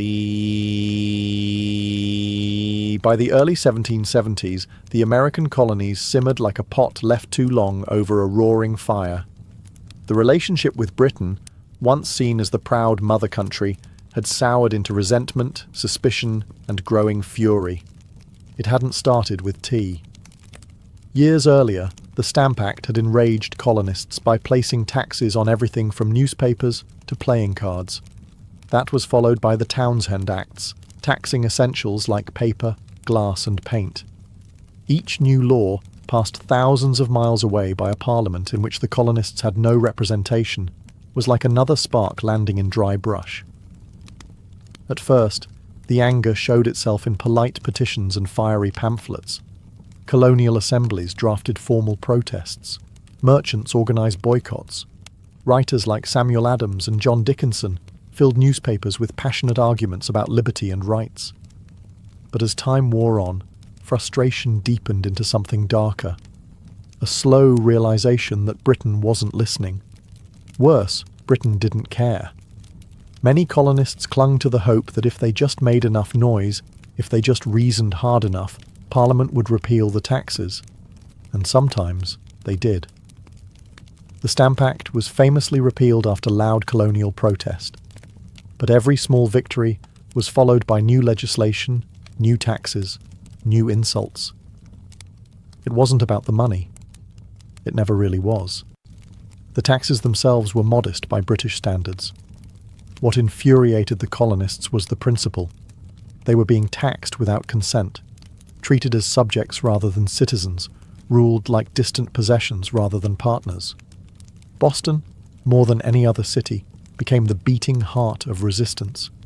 The Sons of Liberty, a secretive, fiery group of patriots, grew louder and bolder. In 1770, tensions exploded into violence when British soldiers fired on unarmed civilians in what became known as the Boston Massacre. Blood had already stained the cobblestones.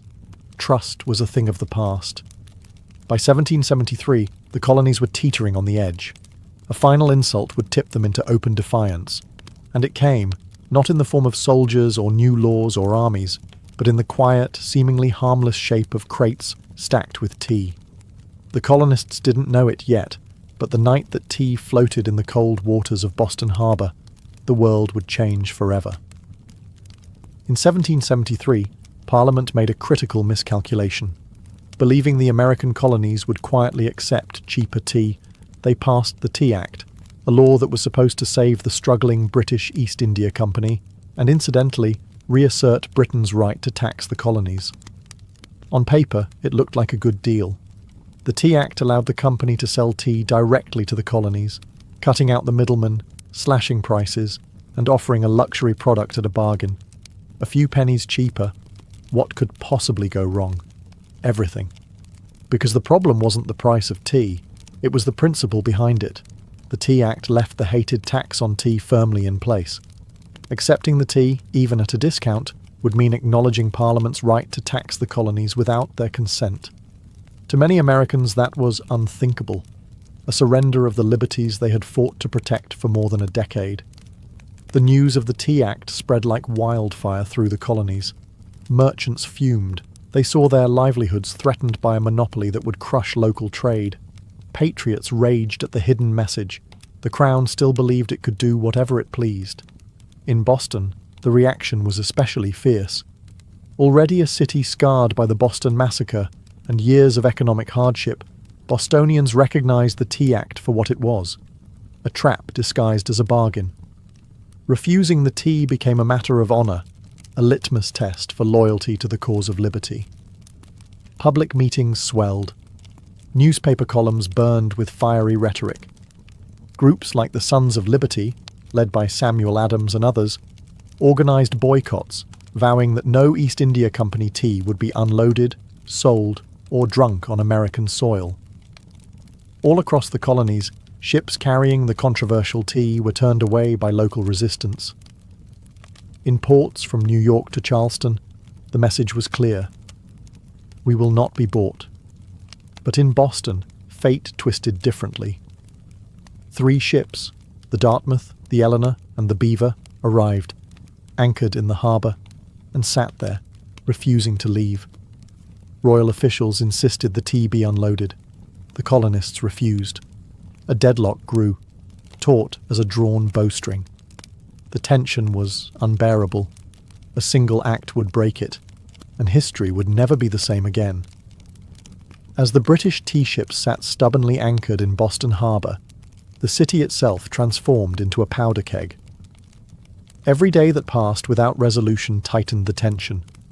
Boston wasn't just resisting, it was preparing for a fight.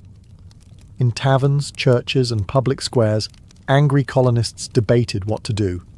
The Sons of Liberty, led by fiery voices like Samuel Adams, John Hancock, and Paul Revere, moved swiftly to organize resistance. They posted public notices calling on citizens to boycott British tea and held raucous meetings that swelled with farmers, artisans, and merchants alike. Each gathering added fuel to the fire. The Old South Meeting House became the nerve center of the resistance. Thousands crammed into the wooden hall, their breath fogging the air, their voices rising in defiance. Here, resolutions were passed, speeches were made, and tempers boiled. Each vote against the unloading of tea was another hammer blow against British authority. But while the people of Boston stood united, the clock was ticking. British law demanded that imported goods, like tea, be unloaded and the tax paid within 20 days. If the ships remained after the deadline, customs officials would seize the cargo and the tax would be collected by force. The Sons of Liberty understood that once the tax was paid, even under protest, the principle would be lost. It wasn't just about the tea anymore. It was about whether the colonies would accept being treated as subjects without rights, or whether they would stand and fight for their future. Meanwhile, the Royal Governor of Massachusetts, Thomas Hutchinson, dug in his heels.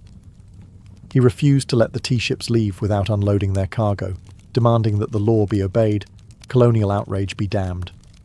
To him, backing down meant admitting that mobs, not monarchs, ruled the colonies. Boston's standoff became a spectacle. Every man, woman, and child knew that something was coming.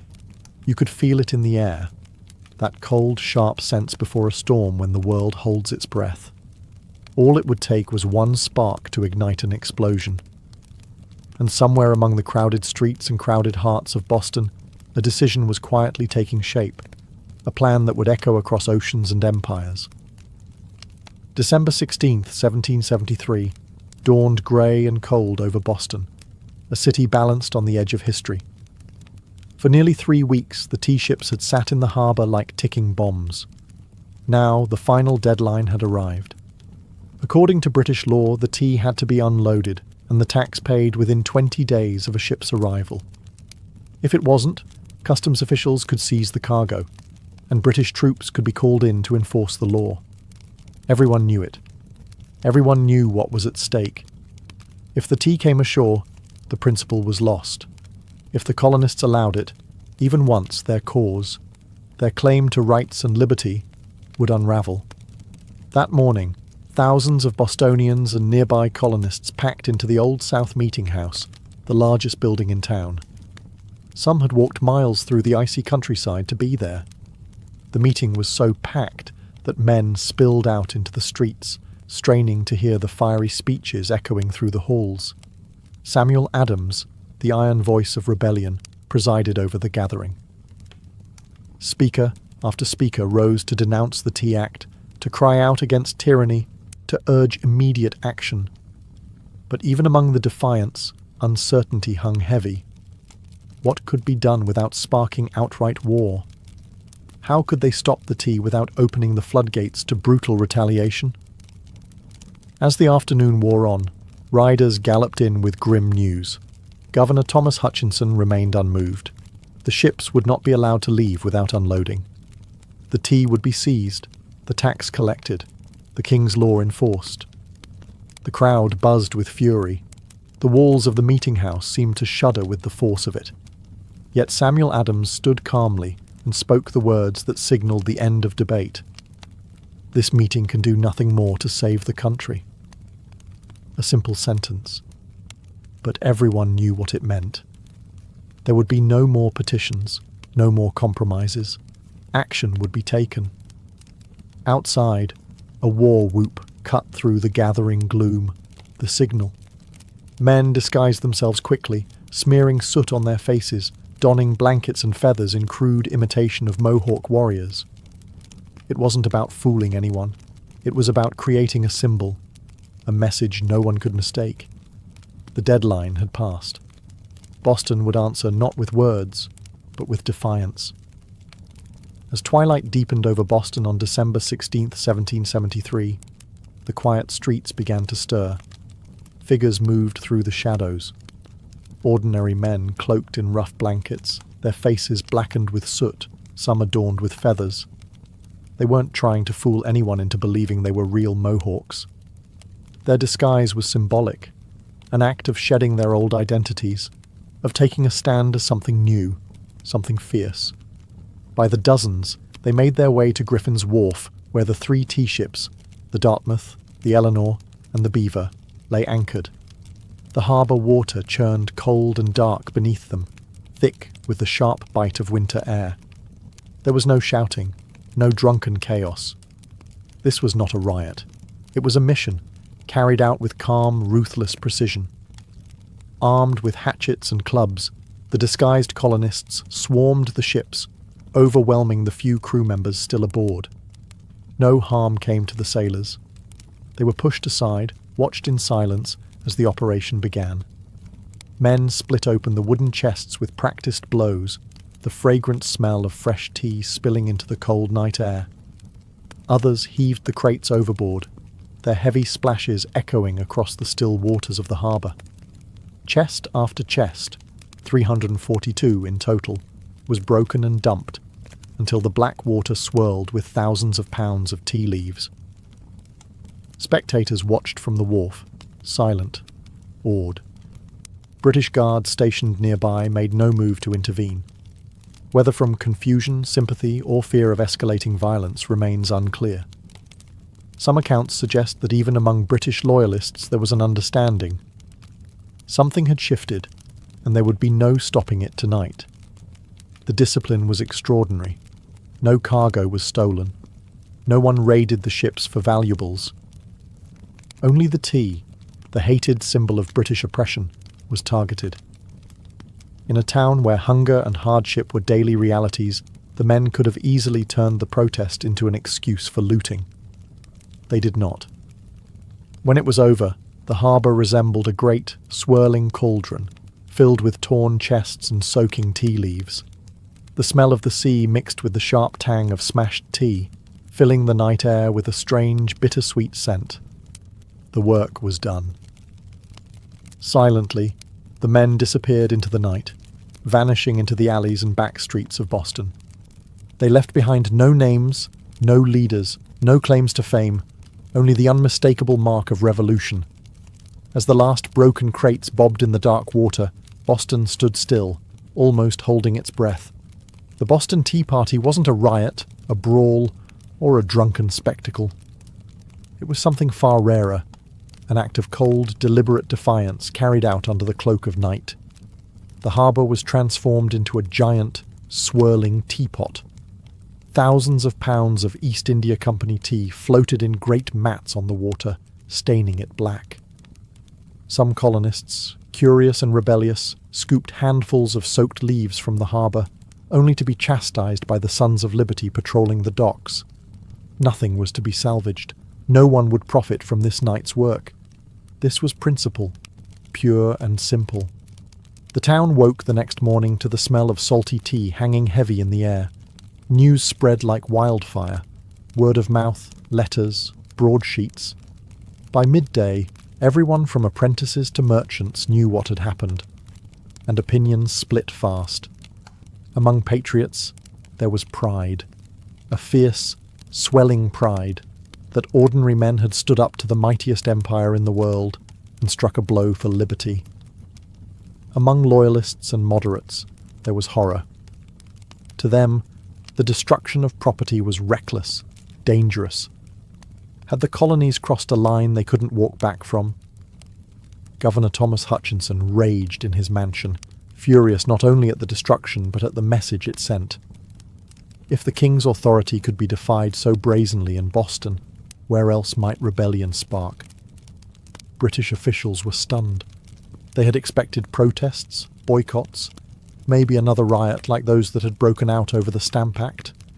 They hadn't expected organised, disciplined revolutionaries to calmly destroy tens of thousands of pounds of royal property without so much as breaking a window.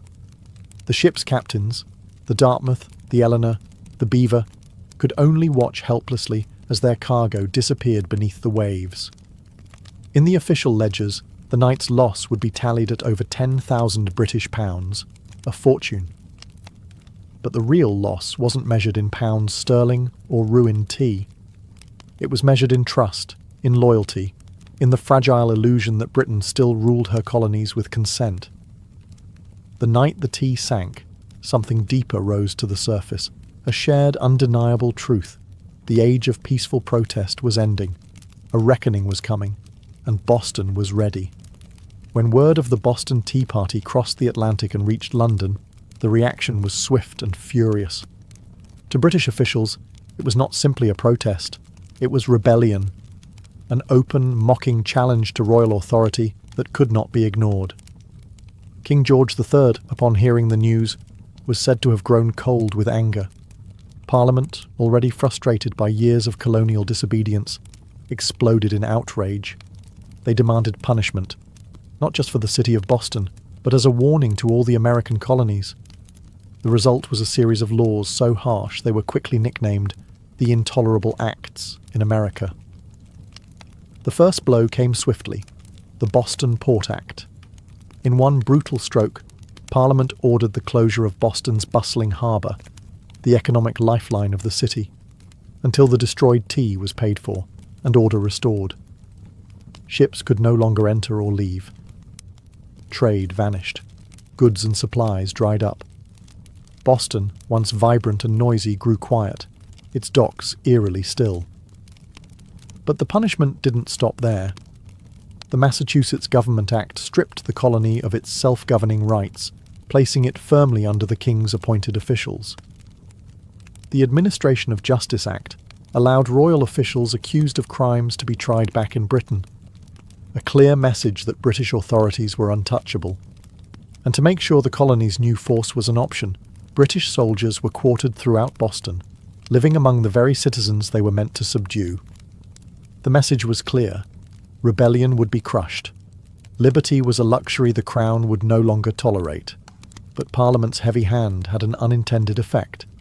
Instead of frightening the other colonies into submission, it outraged them. News of Boston's suffering, of its port closed, its people starving under martial law, stirred deep sympathy and righteous anger throughout America. Wagon loads of food and supplies poured into Boston from neighboring colonies. Letters of support, pledges of unity, and secret meetings began to weave the once fragmented colonies closer together. What had once been a Massachusetts problem was rapidly becoming an American one. In punishing Boston, Britain had hoped to make an example of them. Instead, they made Boston a symbol, a rallying cry for resistance. The flames of revolution, once flickering in isolated pockets, now began to blaze from colony to colony. And there would be no easy extinguishing them. The punishment of Boston sent shockwaves far beyond the rocky shores of Massachusetts. Across the 13 colonies, outrage turned into something far more dangerous for Britain: unity. For years, the colonies had acted like distant cousins, bickering and competing, separated by geography, religion, and trade rivalries. But when Parliament slammed Boston's harbour shut and stripped Massachusetts of its self-governance, Americans across the continent realized if it could happen to Boston, it could happen to anyone. From Virginia to Pennsylvania, South Carolina to New Hampshire, the response was swift. Colonists sent wagons full of food, supplies, and letters of solidarity to the suffering people of Boston. Town meetings buzzed with anger. Newspaper printers worked day and night to spread the news. The fight was no longer Boston's alone. It was everyone's. And so, in September 1774, something unprecedented happened. The First Continental Congress convened in Philadelphia. For the first time, representatives from 12 of the 13 colonies gathered under one roof to discuss a unified response. Men like George Washington, Patrick Henry, John Adams, and Samuel Adams, once merely regional figures, now stood together as architects of a movement that was growing larger by the day. Their goal, at least officially, was not yet full independence. Most still hoped for reconciliation, for a return to the old relationship of mutual respect under the British Crown. But beneath the polite debates and carefully worded petitions, a deeper understanding was taking root. The colonies could no longer afford to stand separately. At the Congress, they agreed to a sweeping boycott of British goods. They pledged mutual support in the face of further British aggression, and they made it clear any attack on one colony would be considered an attack on all. In taverns and meeting houses across the continent, ordinary people began using words that had once been whispered only in private: unity, resistance, liberty. In bringing the hammer down on Boston, Britain had imagined it would crush rebellion. Instead, it had welded the colonies together into something far more dangerous, a people who, despite their differences, were beginning to think of themselves not as scattered provinces, but as Americans. The winds of revolution were no longer just stirring. They were gathering into a storm, and it was too late for Britain to stop it. The night the tea sank into Boston Harbour, it wasn't just crates that were destroyed.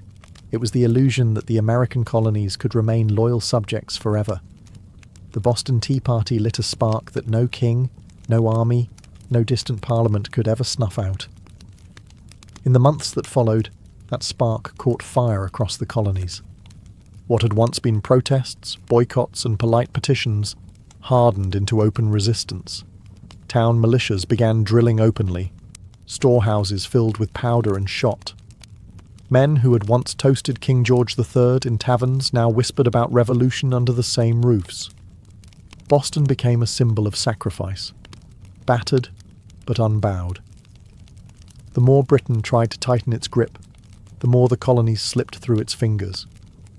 Every ship that sailed past the closed, silent harbour of Boston was a silent reminder that tyranny had met its match in American defiance. When Parliament passed the Intolerable Acts, They intended to make an example out of Boston, to scare the other colonies into submission.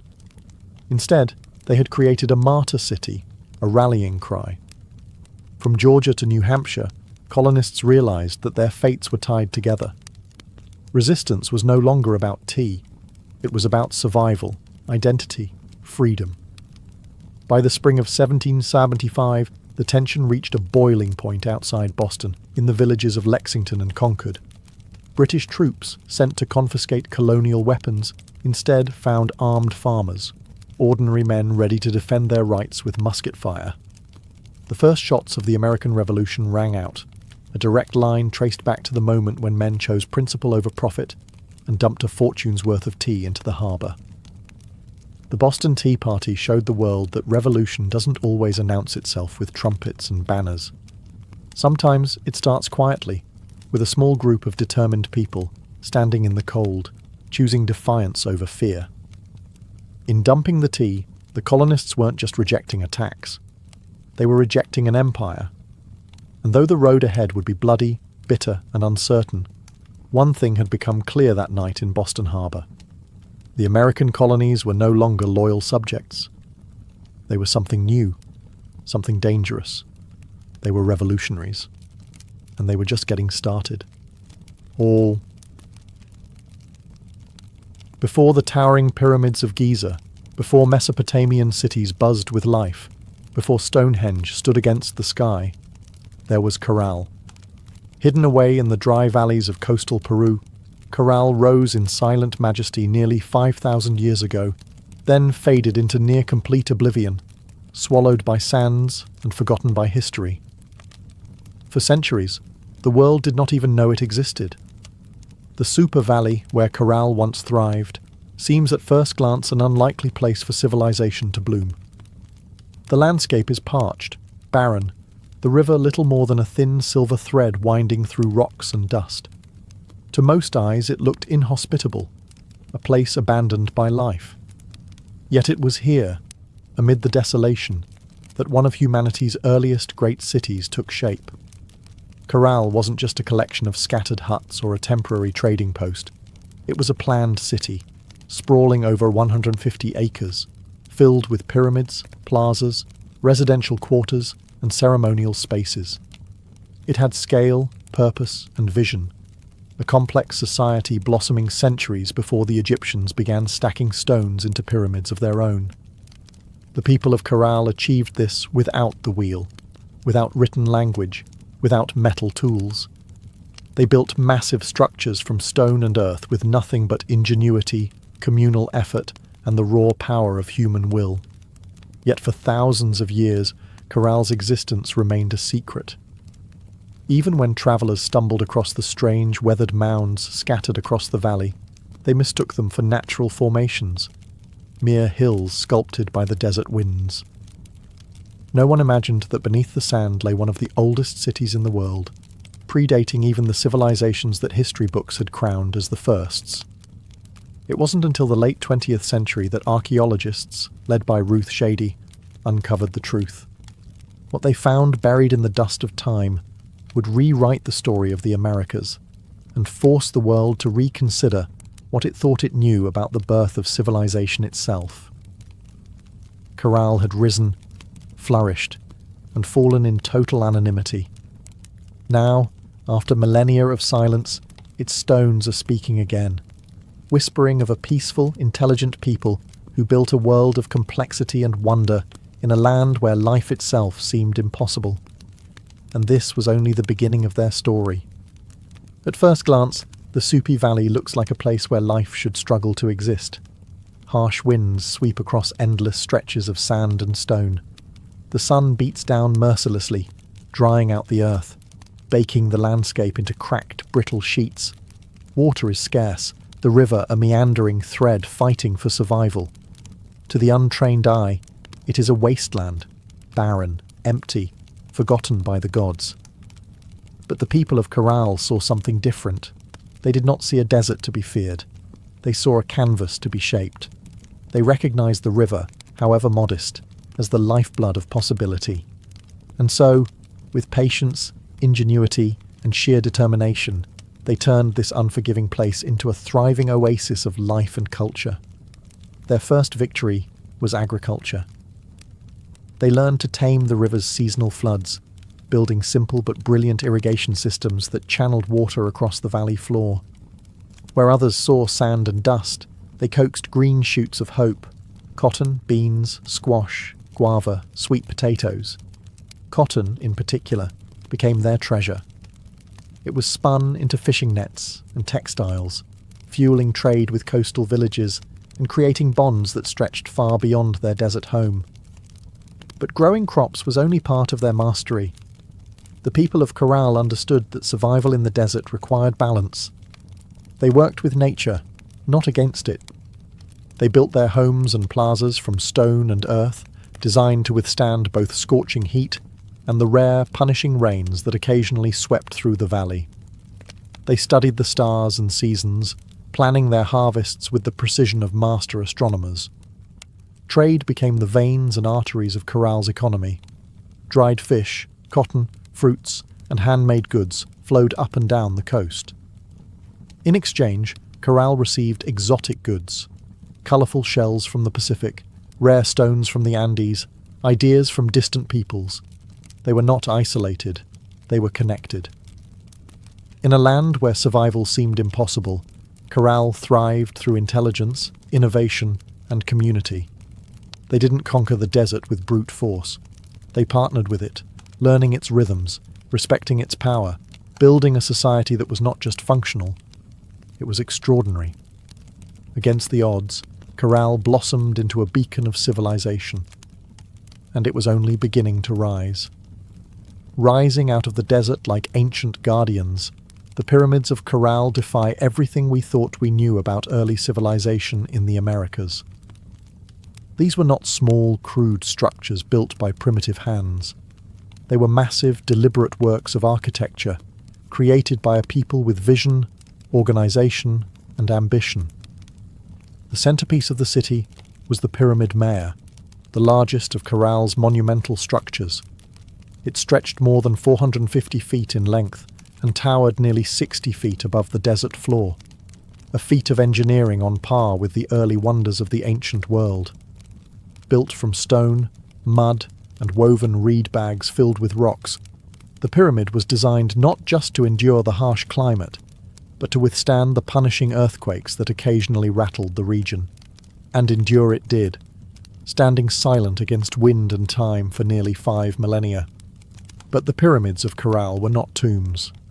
Unlike the massive burial complexes of Egypt, Corral's pyramids served a different purpose. They were centers of ceremony, power, and public life. Temples and gathering spaces crowned their summits, accessible by broad, elegant staircases. Fires once burned atop these platforms, and rituals were held beneath the endless Peruvian sky.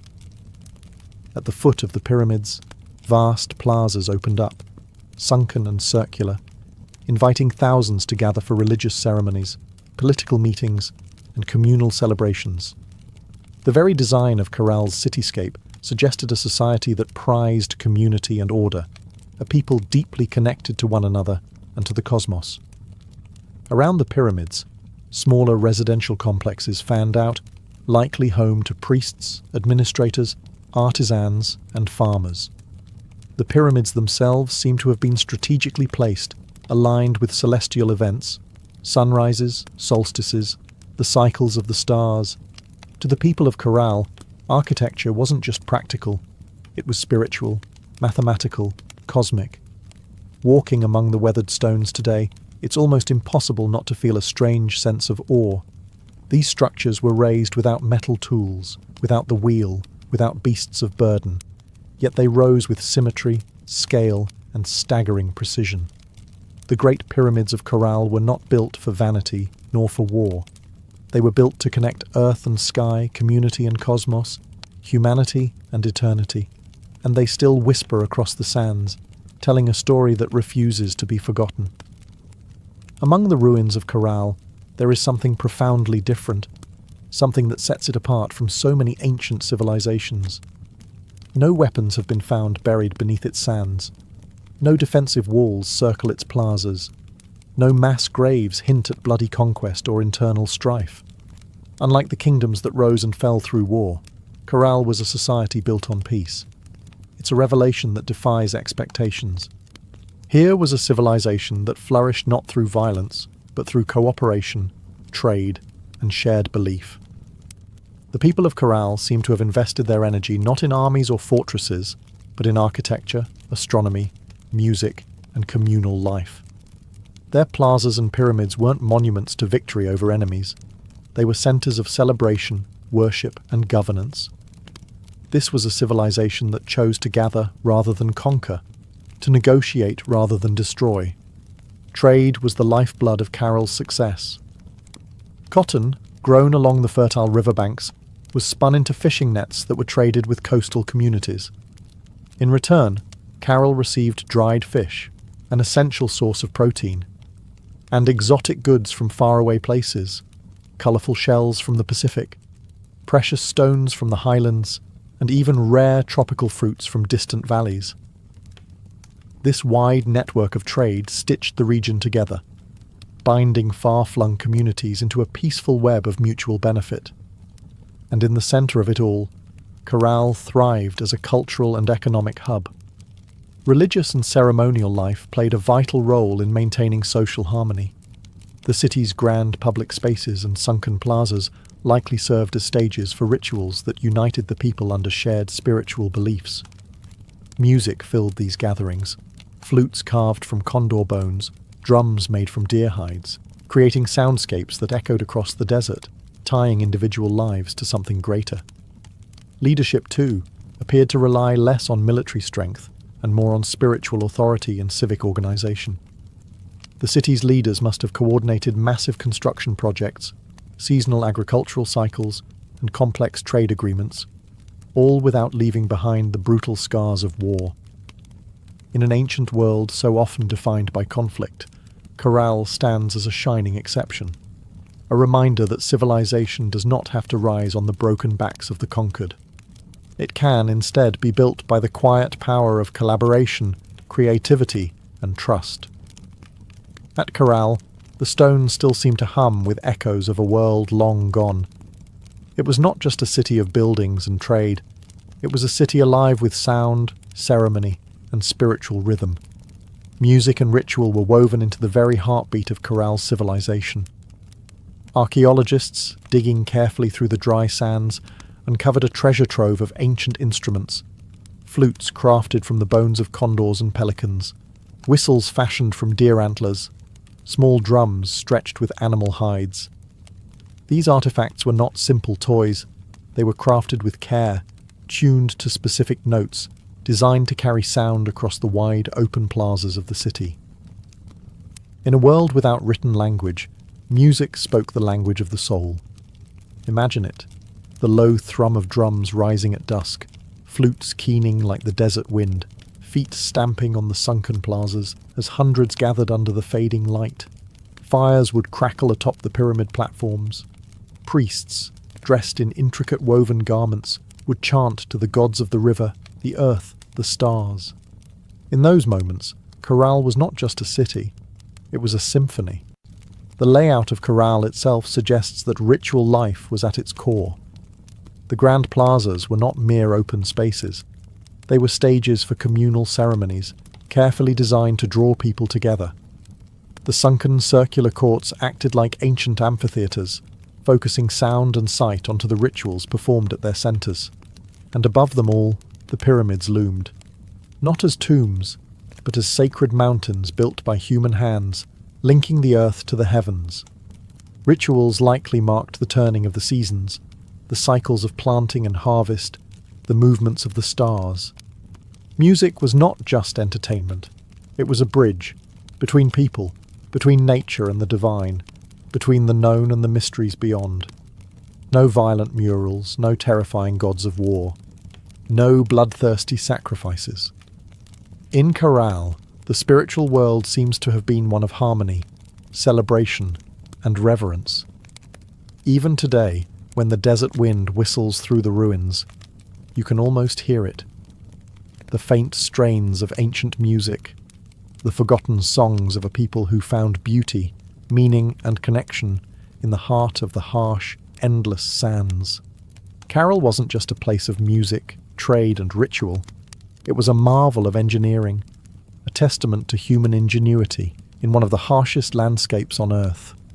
Without metal tools, without the wheel, without draft animals, the people of Carroll shaped a city of stone and earth that has endured nearly 5,000 years.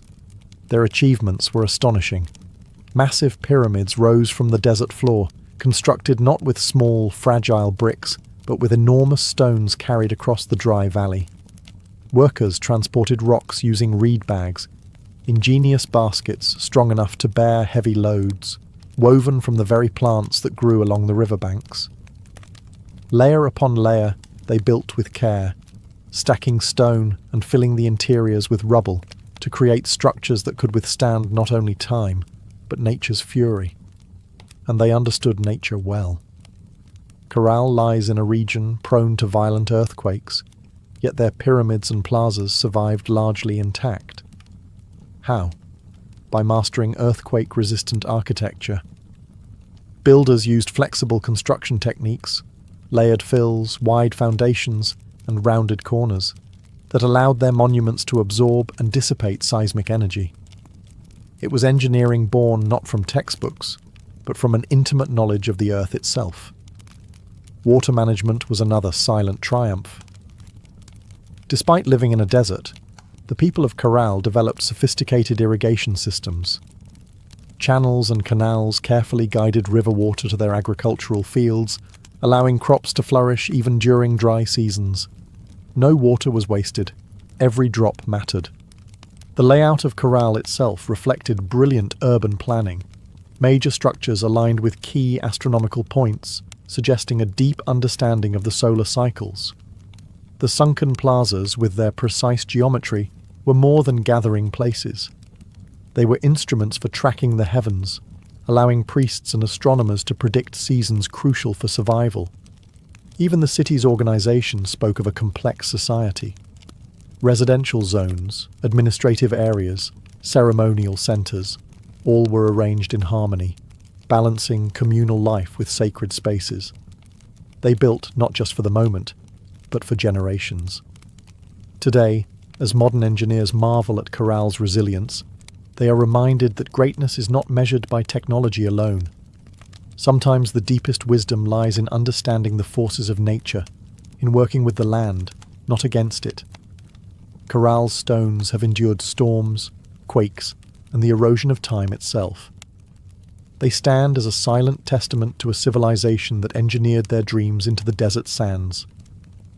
For centuries, the city of Carroll flourished, a beacon of peace, music, trade, and architectural mastery in the desert sands.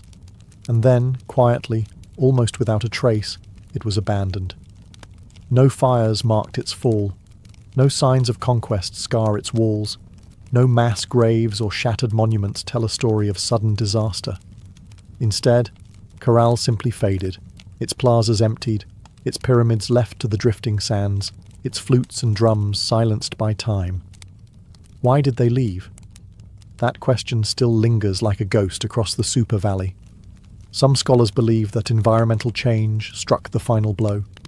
Evidence suggests that a long period of drought may have crippled Carroll's agriculture. Without the river's life-giving waters, the fields would have withered. Trade networks, dependent on surplus cotton and food, would have faltered.